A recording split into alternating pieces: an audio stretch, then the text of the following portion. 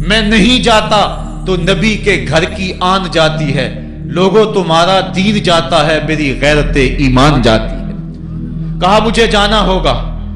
8 ذوالحج کو لوگ کعبہ کی طرف آ رہے ہیں اور کعبہ دلہن کی طرح سنورا ہوا ہے، طواف کرنے والوں کا جھرمٹ ہے، حاجی حج کرنے آ رہے ہیں، لیکن حضرت امام حمام کسی اور حج کی تیاری کر رہے ہیں۔ کسی نے کہا حج تو کر جائیں، اتنی مرتبہ مدینے سے پیدل چل کے آئے اور آج تو مکہ المکرمہ میں موجود ہیں۔ کہا پیچھے ہٹو، جو حج میں کرنے جا رہا ہوں وہ انوکھا ہوگا، وہ نرالا ہوگا، تم بھی طواف کرو گے، میں بھی طواف کروں گا، تم طواف کعبۃ اللہ کا کرو گے اور میں خیموں کا طواف کروں گا۔ ایک حج تمہارا ہے، ایک حج میرا ہے، تم بوسے لوگے کس کے حجر اسود کے، میں اپنے فرزند کا منہ چوموں گا۔ لوگوں ایک طواف تمہارا ہوگا، ایک طواف میرا ہوگا، تم آب زمزم پیو گے، میں پیاسا رہوں گا، اور تم کبھی صفا پہ کبھی مروہ پہ دوڑو گے، میں کبھی علی اکبر کی لاش اٹھانے جاؤں گا، کبھی میں قاسم کی لاش اٹھانے جاؤں گا، کبھی اون محمد کے تڑپتے ہوئے لاشوں کو اٹھانے جاؤں گا۔ لوگوں ایک حج تمہارا بھی ہے، ایک حج میرا بھی ہے۔ جب تم حج کر لو گے تمہاری سائی مکمل ہو جائے گی تو تم سر مڈا کے احرام کھول دو گے، اور جب میری سائی مکمل ہو جائے گی تو میں سر کٹا کے احرام کھول دوں گا۔ تم سفید احرام پہنو گے، میں سرخ احرام پہنوں گا، اور وہ حج قیامت تک کے آنے والے حجوں کی آبرو ہوگا۔ حسین اگر نہ شہید ہوتا تو آج گھر گھر یزید ہوتا، اسلام کی عظمت عیاں نہ ہوتی، خدا کے گھر میں اذان نہ ہوتی، بار الہا نوحہ سناتا پھرتا، تا روز جزا اشک بہاتا پھرتا، امداد نہ کرتے اگر کربلا میں حسین، اسلام تیرا ٹھوکریں کھاتا پھرتا۔ کربلا کی تپتی ہوئی ریگزار میں حضرت امام حسین نے جبر و ظلم کے خلاف جس قوت سے کھڑے ہو کر عظیمت کی داستان رقم کی۔ 10 محرم کا دن تھا، جمعہ کا یوم سعید تھا، بھیچ کربلا کے میدان میں دوپہر کے وقت جب نبی کا خاندان اجڑ رہا تھا، ایک ایک کلی اس چمن کی کٹ رہی تھی، 72 افراد 22,000 کے لشکر جرار کے مقابلے میں کھڑے تھے۔ وہ یزید جس نے اس کے علاوہ بھی بڑے جرم کیے، جس نے جو ہے وہ 1700 صحابہ کو مکہ المکرمہ میں شہید کیا، جس نے 700 حفاظ کرام کو شہید کیا، جس نے حضرت ابو سعید خضری کی داڑھی نوچ لی، جس نے مدینے کے اندر مسجد نبوی کے اندر گھوڑے باندھے، جس نے جو ہے وہ 3 دن تک مسجد نبوی کے اندر اذان نہ ہونے دی، وہ یزید آج کربلا کے تپتے ہوئے ریگزار کے اندر آل رسول کے ساتھ ظلم کی وہ داستان رقم کر رہا تھا کہ قیامت تک آنسو سسکیاں نہیں تھمنے پائیں گی۔ یزید مر گیا، اس کا نام مٹ گیا، اس کا تشخص مٹ گیا، لیکن حسین کا نام آج بھی زندہ ہے، اس کا پیغام آج بھی زندہ ہے۔ یہ ہزاروں کا مجمع، یہ امٹتے ہوئے محبتوں کے جذبات، یہ آنکھوں کا آنسوؤں کا خراج دینا، کیا یہ حسین ابن علی کی زندگی کی دلیل نہیں ہے؟ کون ہے جو یزید کا نام لیتا ہو؟ آج اگر کوئی یزید کا نام لیتا بھی ہے تو سر جھکا کے لیتا ہے۔ میں کہتا ہوں کیسا تمہارا لیڈر ہے جس کا نام لینے سے قبل شرمندہ ہوتے ہو، جس کا نام لیتے ہوئے شرمندہ ہوتے ہو، جس کا نام لینے کے بعد پسینہ پسینہ ہوتے ہو۔ تم اپنے قائد اور لیڈر کا نام لیتے جھجکتے ہو، گردن جھکا کے دائیں بائیں دیکھ کے نام لیتے ہو، اور جب ہم نام اپنے آقا کا لیتے ہیں سر اٹھا کے لیتے ہیں۔ اے حسین ابن علی تم پر سلام۔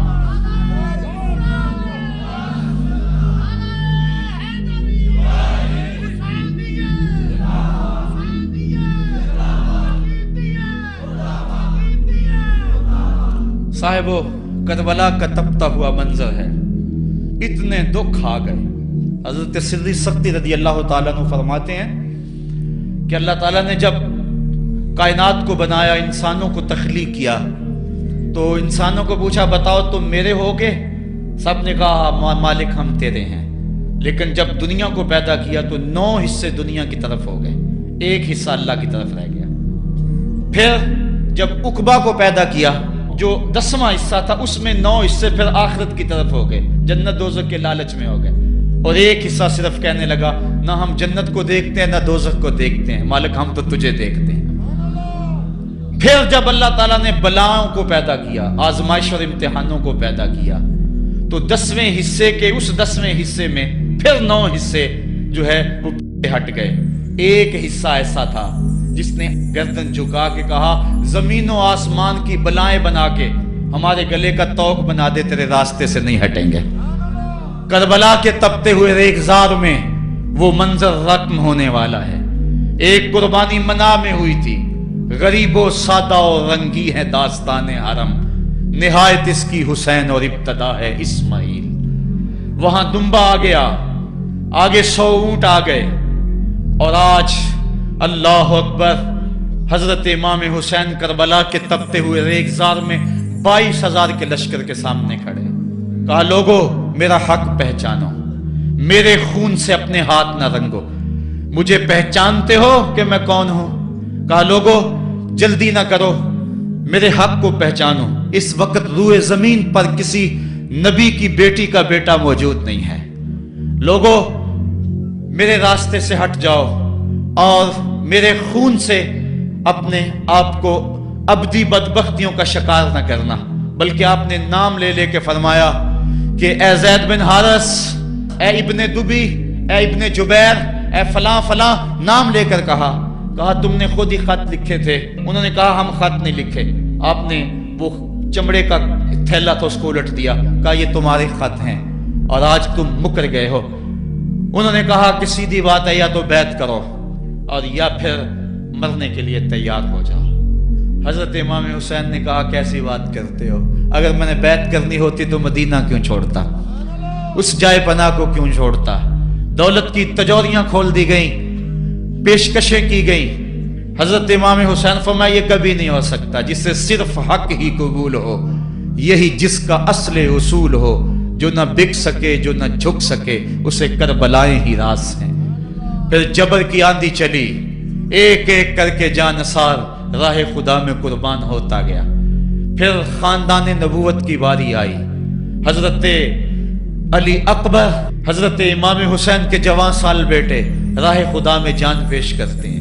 بھتیجے قاسم رضی اللہ تعالیٰ عنہ جان قربان کرتے ہیں۔ حضرت عباس کے قلم ہوتے ہیں بازو، جو خود جا سکتے تھے وہ خود قربانی پیش کرتے ہیں۔ اور صاحبو اب یارہ نہیں، جو خود جا نہیں سکتے تھے آپ خود ہاتھوں پہ اٹھا کے فرات کے کنارے پہ لے جاتے ہیں۔ کہا جو آ سکتے تھے وہ تو قدموں پہ چل کے آ گئے، اور جو قدموں پہ نہیں چل سکتے تھے میں انہیں اٹھا کے لے آیا ہوں۔ پھر ایک 2 شاخہ تیر ہلکے اصغر میں پیوست ہوتا ہے، خون چلو میں دے کر آسمان کی طرف اچھالتے ہیں، اور پھر اللہ کی بارگاہ میں عرض کرتے ہیں ربنا تقبل منا ھذا القربان، میرے مالک حسین کی یہ قربانی بھی قبول فرما لے۔ یہ کام آسان نہیں ہے، جگر پارا ہاتھوں میں تڑپ کے ٹھنڈا ہو جائے اور پھر بھی صبر کا مظاہرہ کیا جائے اور اللہ کی رضا پہ راضی ہو جائے۔ اب حضرت امام حسین رضی اللہ تعالیٰ عنہ تنہا رہ گئے، ایک ایک کو رخصت کر رہے تھے شہادت کا دولہا بنا کر، لیکن اب امام حسین کو رخصت کرنے والا کوئی موجود نہیں ہے۔ آپ گھوڑے پہ سوار ہوئے، میدان کربلا کی طرف ایڑ لگائی۔ خیمے کے اندر جو خواتین تھی وہ جانتی تھی جو اس راستے گیا پھر پلٹ کے نہیں آیا، اس کی لاش حضرت امام اپنے کندھوں پہ اٹھا کے لائے ہیں۔ اب اس حسین ابن علی کی لاش کون اٹھائے گا؟ کہا سب نے کہ حسین نہ جائیو، کہا میں نانے کے دین کے لیے جا رہا ہوں۔ میدان عمل میں گئے، تیغ براں چمکی، لوگوں کے سر کاٹ رہی ہے، آواز آ رہی ہے یہ کون ذی وقار ہے، بلا کا شاہ سوار ہے، لباس ہے پھٹا ہوا، غبار سے اٹا ہوا، لخت لخت کٹا ہوا، پھر بھی ہے ڈٹا ہوا، تمام جسم نازنی چھدا ہوا کٹا ہوا، پھر بھی ہے ڈٹا ہوا، یہ نبی کا نور عین ہے، یہ بال یقین حسین ہے۔ حسین ابن علی نے کربلا کے تپتے ہوئے ریگزار کے اندر وہ عظیمت کی داستان رقم کی اور پھر بوچھاڑ تیروں کی، ایک تنہا سید زادہ اور ہزاروں تیر چاروں سمت سے ان کے اوپر برسنے لگے۔ کسی نے نیزہ مارا، کسی نے تیر مارا۔ جب حضرت امام حسین گھوڑے کی زین سے نیچے اترے تو اس وقت آپ کے بدن پر 33 زخم تلواروں کے تھے، 34 نیزے کے انیاں آپ کے جسم کے اندر کھبی ہوئی تھی، اور محتاط روایات کے مطابق جب بعد میں آپ کا پیراہن اتارا گیا تو اس کے اندر 113 سوراخ تیروں کے نکلے اور وہ تیر جسم میں پیوست تھے، اور جب گھوڑے کی زین سے فرشے زمین پر گرے لگا جس طرح ریحل سے قرآن گر گیا ہو۔ حضرت امام حسین رضی اللہ تعالی عنہ جب گھوڑے کی زین سے فرشے زمین پر گرے تو وہ جو تیر جسم میں کھبے تھے وہ اور پیوست ہو گئے، خون مشکبو ریت کے ذروں پہ بہنے لگا، گویا اسلام کا دل دھرتی کے اوپر ہے، کائنات راشے میں آ گئی، کربلا کی دھرتی کا کلیجہ کانپ رہا ہے۔ حضرت ام سلمہ کو حضور نے کربلا کی مٹی دی، کہا جب یہ خون بن جائے تو سمجھ لینا کہ میرا حسین شہید کر دیا گیا ہے۔ وہ مدینے کے اندر خواب دیکھتی ہیں کہ آقا کریم علیہ السلام داڑھی مبارک کے اندر گرد مبارک پڑی ہوئی ہے اور بال الجھے ہوئے ہیں، گھبرا کے اٹھ کھڑی ہوئی کہ کیا ماجرا ہے، اور جلدی سے اس شیشی کو دیکھا تو وہ شیشی کا جو مٹی رکھی ہوئی تھی وہ خون بن گیا تھا، اور آپ نے کہا اہل مدینہ سن لو، حضرت امام شہید کر دیے گئے ہیں۔ ادھر امام حسین خون اور خاک کے اندر تڑپ رہے ہیں اور آپ کے جسم